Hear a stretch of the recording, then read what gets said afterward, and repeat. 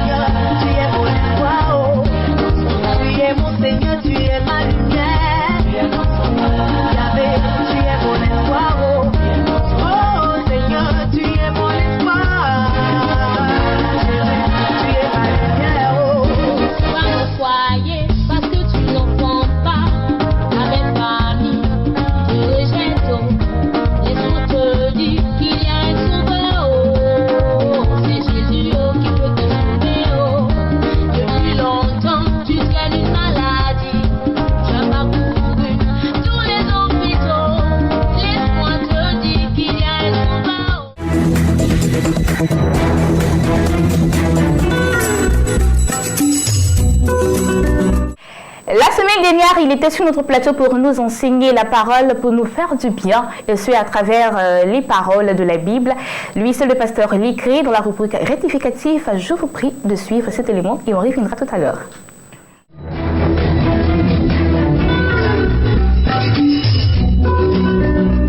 L'impact du vœu sur l'accomplissement et les conséquences de son non-respect, tel est notre thème du jour avec notre consultant, le pasteur Licré. Bonjour, pasteur Licré. Bonjour, Bénédicte. Comment ça va? Ça va très bien. D'accord. Alors, j'aimerais bien savoir pourquoi ce thème aujourd'hui, parce qu'il est très évocateur. Ok. Comme nous sommes dans la rubrique rectificatif, ça peut rectifier, comme tu l'as si bien dit, certains comportements des chrétiens. Parce que nous sommes dans l'église. Il faut rectifier certains comportements pour croître spirituellement et de façon vraiment positive. Alors, pourquoi ce thème? Je dis toujours que tout part d'un constat. Tout part de ce que nous vivons dans l'église. L'impact de le vœu, hein, l'impact du vœu sur l'accomplissement. C'est-à-dire que ce thème, quand tu vois, il a deux volets. L'impact du vœu sur l'accomplissement et les conséquences de son non-respect. Voici le deux volets que nous allons traiter. Le vœu, c'est quelque chose de très bien. À l'église, quand un chrétien fait un vœu, c'est une très bonne chose de faire le vœu. Parce que la Bible dit que le juste vivra par la foi. Donc, le vœu, c'est aussi un acte de foi. Donc, quand un chrétien fait un vœu, c'est une très bonne chose. Mais le vœu, c'est quoi? Il faut d'abord savoir ce que c'est que le vœu. Le vœu, c'est la promesse que nous faisons à Dieu. Ça, c'est de façon générale. Mais en général, de façon particulière, quand les gens font le vœu, ils attendent quelque chose de la part du Seigneur. Donc, il fait un vœu, ça veut dire quoi? Que Dieu doit faire sa part, et lui, il fait ensuite sa part. Alors, de quoi s'agit-il? Nous allons avoir un passage biblique sur lequel nous allons nous appuyer pour mieux expliquer notre thème. Ici, nous entrons dans un livre que tout le monde connaît, et je pense que beaucoup connaissent ce passage. Je vais le lire rapidement, et puis je vais dire les points saillants. Alors, ici, nous avons Ecclésiaste chapitre 5, à partir du verset 1. Ne te presse pas d'ouvrir la bouche, et que ton cœur ne se hâte pas d'exprimer une parole devant Dieu. Car Dieu est au ciel, et toi sur la terre. Que tes paroles soient donc peu nombreuses. Car si les songes naissent la multitude des occupations, la voix de l'insensé se fait entendre par la multitude de ses paroles. Et le verset 3, qui va beaucoup plus nous intéresser, est le suivant. Lorsque tu as fait un vœu à Dieu, ne tarde pas à l'accomplir, car il n'aime pas les insensés. Accomplis le vœu que tu as fait. Au verset 4, et c'est le dernier verset, mieux vaut pour toi ne pas faire des vœux que d'en faire et de ne pas l'accomplir. Alléluia. Et ensuite, je vais terminer. Il dit, ne permets pas à ta bouche de faire pécher ta chair et ne dis pas en présence de l'envoyé que c'est une inadvertance. Pourquoi Dieu s'irriterait-il de tes paroles et détruirait-il l'ouvrage de tes mains? Dans ce passage, tout est regroupé. Je dis l'impact du vœu sur l'accomplissement. Le vœu va accélérer ton accomplissement. Dieu veut que ses enfants marchent par la foi. C'est-à-dire que la vie en Christ, c'est une marche par la foi. Nous ne voyons pas Dieu, nous ne voyons pas Jésus, mais c'est par la foi que la Bible dit nous sommes sauvés et tout ce que nous faisons, nous le faisons par la foi. Alors, de quoi s'agit-il? Il dit ne te presse pas d'ouvrir ta bouche. Les chrétiens parlent trop. Quand on dit, c'est pas quelqu'un qui l'a envoyé.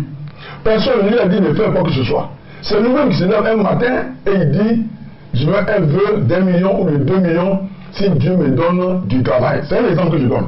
Si Dieu me donne du travail, moi j'amène 2 millions. Ou bien, je vais construire une église annexe pour l'église quelque part. Donc il prend des engagements, parce que le vœu aussi c'est un engagement. Il prend des engagements. Alors quand il a fait de prendre ses engagements, Dieu a entendu. Dieu va donc répondre. Il va répondre, parce qu'il a dit s'il a posé une condition. Dieu va répondre. Et quand Dieu va te donner le travail, ou bien il va te donner le visa, il va te donner le mariage, maintenant il attend à retour que tu réagisses. Et c'est là que Dieu dit, lorsque tu as fait un vœu à Dieu, ne tarde pas à l'accomplir. C'est-à-dire qu'une fois que l'accomplissement est fait, parce que le vœu a un impact. Et si l'accomplissement est à moitié, qu'est-ce qu'on fait? Mais tu fais à moitié. D'accord. Tu ne peux pas donner, qu'on appelle ça, ce que tu n'as pas promis. Voilà. Donc, si par exemple tu as fait un vœu de 300 000, tu dis bon, je fais un vœu de 300 000. Si j'ai eu telle chose, mais ce que tu as eu là, si ça ne peut pas te donner les moyens de 300 000, tu fais selon ce que tu as. Dieu connaît ton cœur. Mais je veux dire, il faut obéir. Et puis, il faut le faire avec beaucoup il faut le faire avec beaucoup de fidélité, d'honnêteté. Dieu connaît notre cœur. Donc, il faut que tu obéisses à cela. Et quand tu obéis à cela, il dit, accomplis le vœu que tu as fait. Il traite d'insensés ceux qui n'accomplissent pas leur vœu. Il est traite d'insensés. L'insensé, c'est qui? C'est quelqu'un qui ne sait pas ce qu'il fait. C'est quelqu'un qui ne réfléchit pas. À la limite, même, c'est un fou.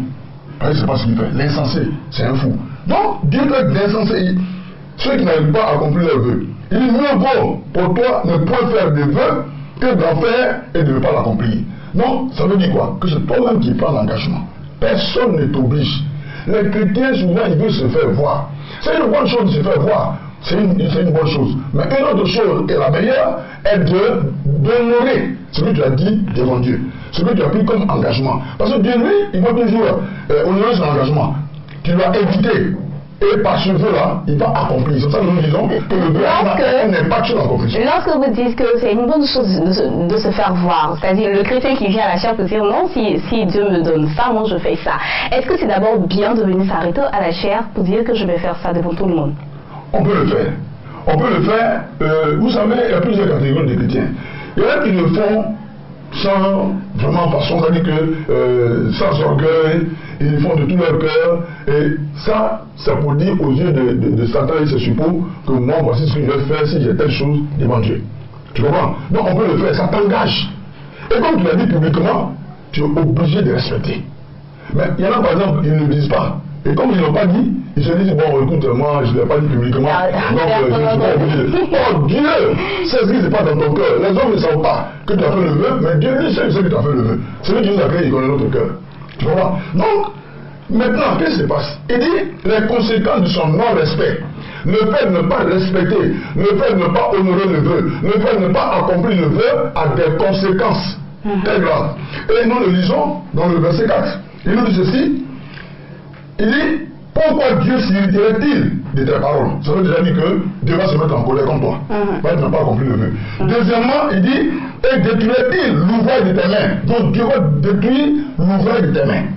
Voici les conséquences. Quand on ne respecte pas le feu. D'accord. Donc on va vraiment arrondir cela pour que les spectateurs puissent comprendre un peu. En quelques mots, c'est ce qu'ils doivent faire. Ce que les chrétiens doivent faire, tous ceux qui sont à l'église et qui font des vœux, je dis c'est une bonne chose. Le vœu va amener l'accomplissement, va agir sur l'accomplissement. Dieu il va faire sa part, mais Dieu attend aussi que toi tu fasses ta part. Quand Dieu va répondre à tes prières et que tu vas te manier, il ne faut pas fuir l'église. Il faut jouer ton rôle que tu es en train de jouer. Tu as vu que si tu voyages, que tu as joué le ballon, tu vas envoyer l'argent. Quand tu vas partir en France pour aller jouer le ballon, il faut envoyer cet argent. Quand tu dis par exemple que si j'ai eu du travail, mon premier salaire, je vais l'envoyer à l'église, ton premier salaire, ne le prends pas à la maison pour dire non, il y a eu d'autres problèmes. Il faut honorer. Quand tu ne veux pas dire, il va te détruire de tes mains. C'est ça l'efficace. Voilà. Donc les chrétiens promettent, ils prennent des engagements, ils font des vœux à Dieu. Quand Dieu répond, ils savent, mais Dieu la nuit est là-haut, et nous sur la terre. D'accord, tout comme si on ne peut rien cacher à Dieu. On ne peut rien cacher à Dieu. D'accord. Quand tu le fais dans ton cœur ou que tu le fais publiquement, dans tous les cas, Dieu sait que tu as fait un vœu. D'accord, je sais que le message est bel et bien passé sur ce thème très important, l'impact du vœu sur l'accomplissement et les conséquences de son non-respect. C'était avec le pasteur Likri.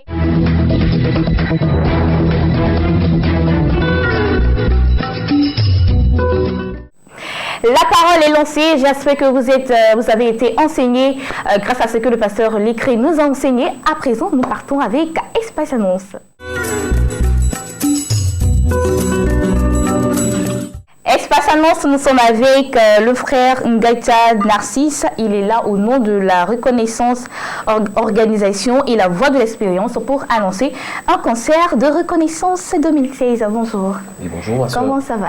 Très bien. D'accord. Alors, le concert de reconnaissance 2016, à quoi consiste exactement ce concert? D'accord. Donc, il faut planter le débat de décor pour dire que Reconnaissance Organisation et la radio de l'Église méthodiste unie Côte d'Ivoire, qui est la Voix de l'Espérance, ensemble ont décidé de convenir d'organiser un concert de reconnaissance à l'Éternel, dont la première édition a eu lieu en 2014 au plateau, notamment à l'église méthodiste Béatitude.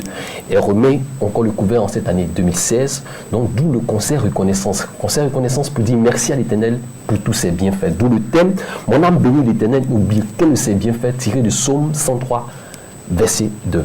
D'accord, et comment cela va se passer exactement?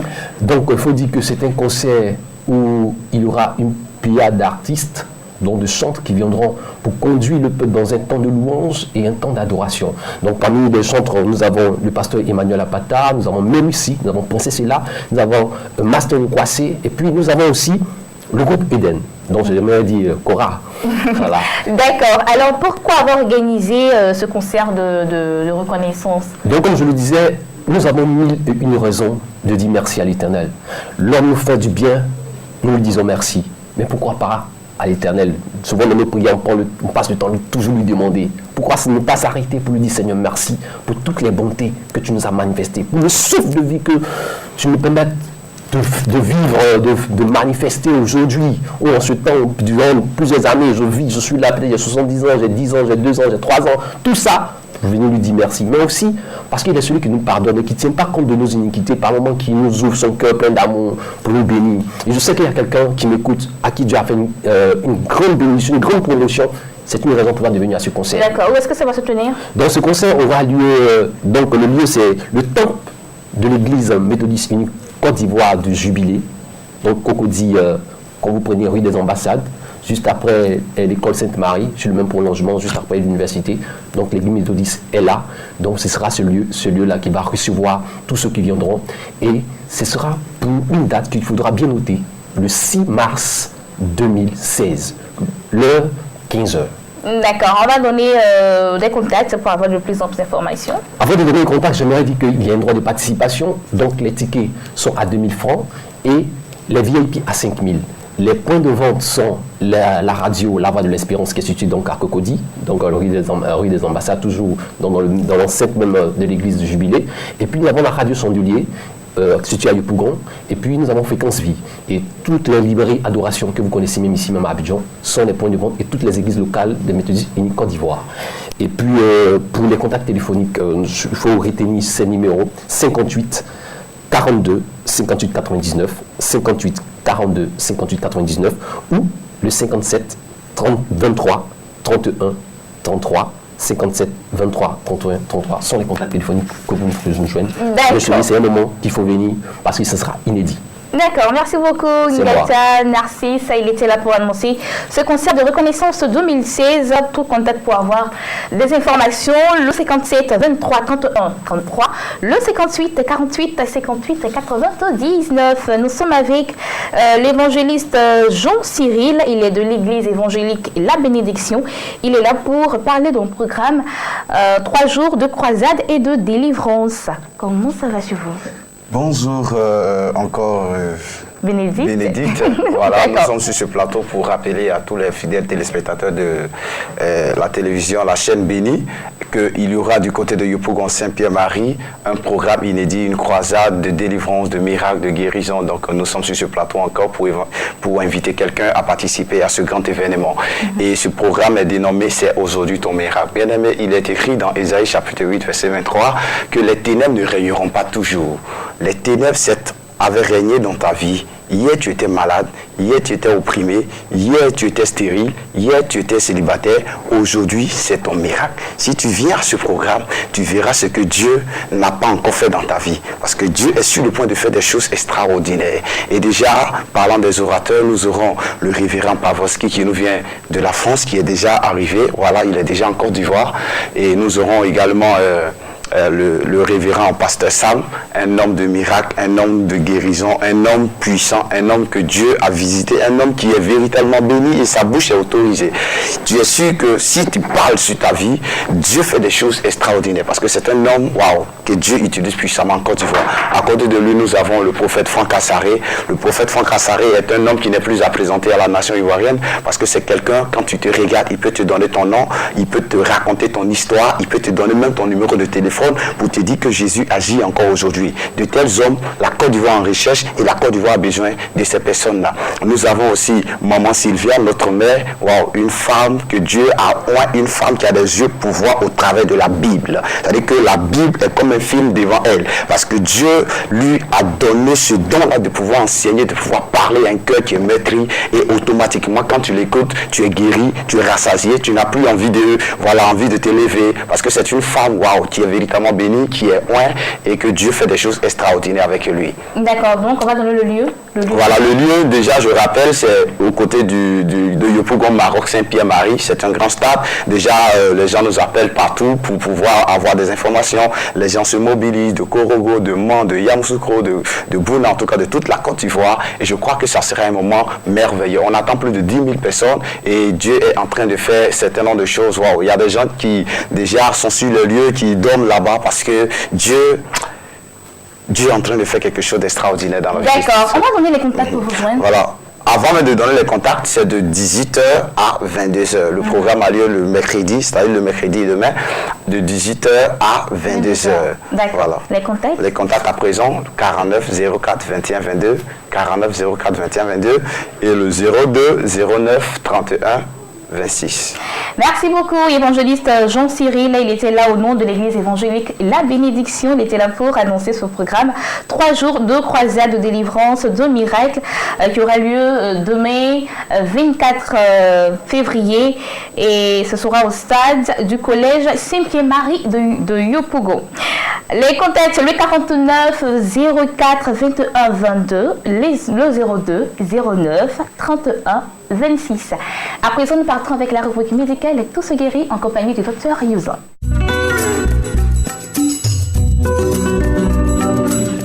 Bien-aimés, je vous salue dans le précieux nom de notre Seigneur Jésus-Christ.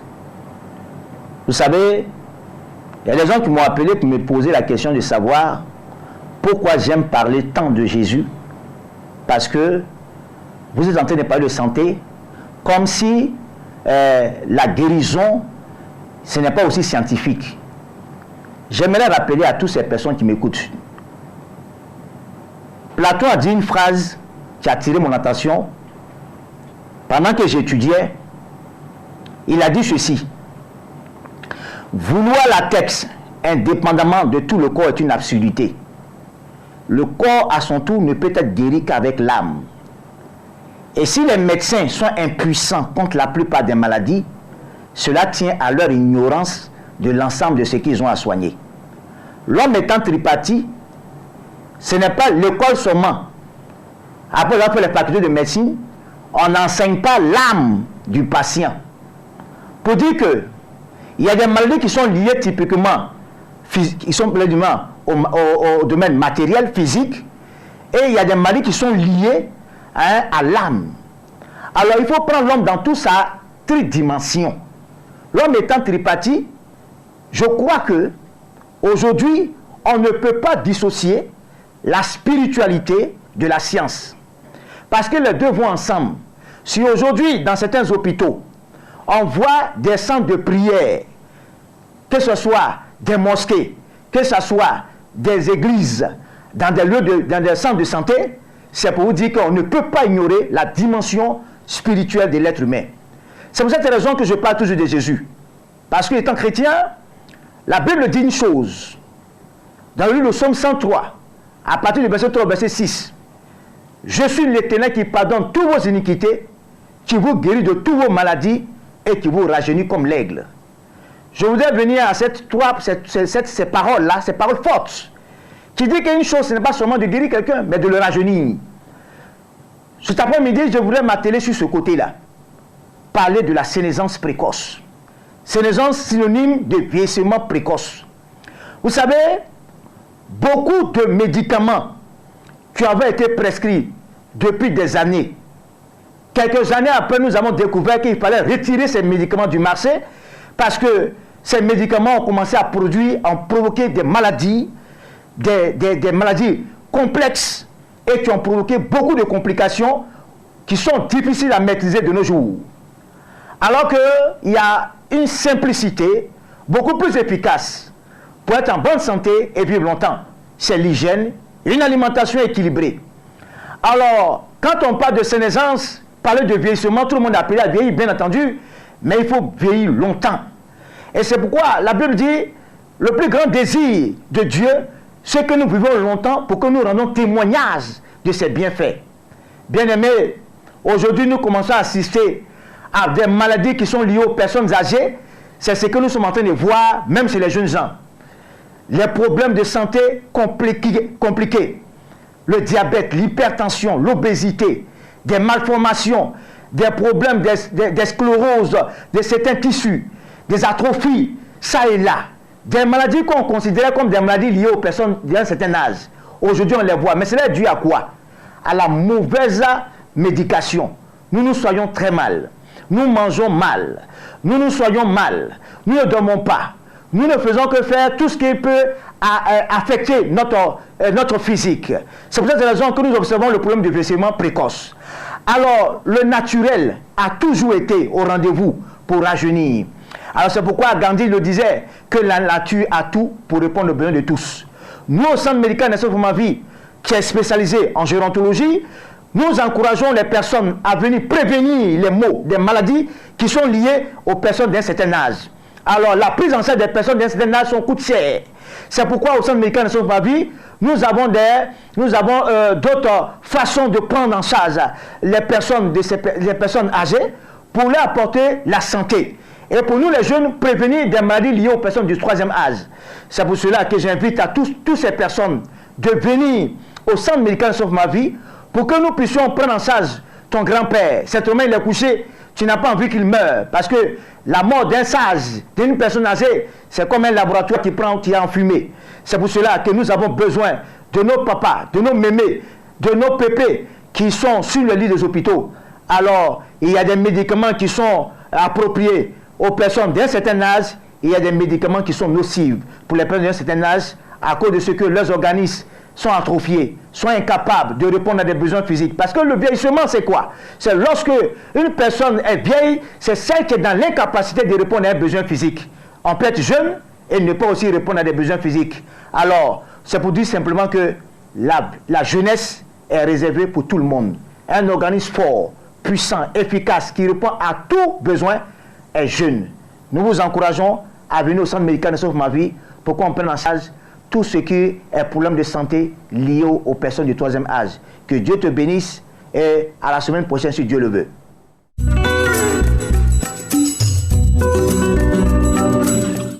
Et voilà, c'était le docteur Youzon dans la rubrique médicale Tous guéris. J'espère que vous avez pris bonne note de tout ce qu'il a dit à propos de cette pathologie. Moi, je vous souhaite une santé de fer ici dans le puissant nom de notre Seigneur Jésus-Christ.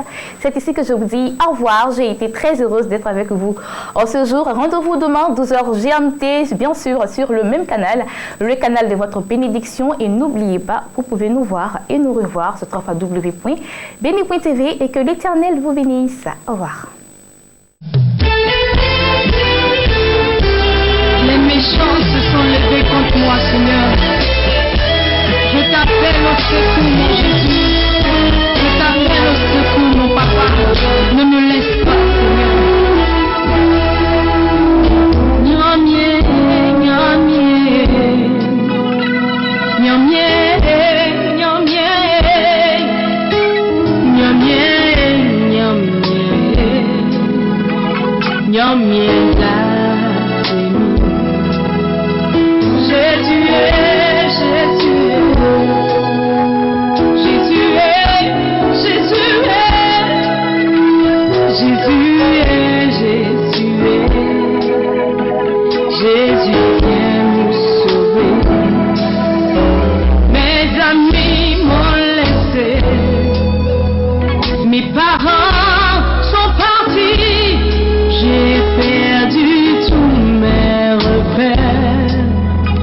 Jésus, viens me sauver.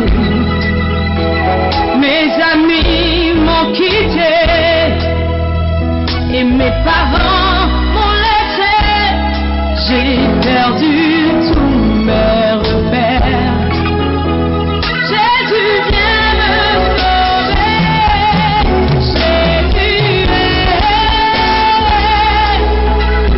Jésus, viens me sauver.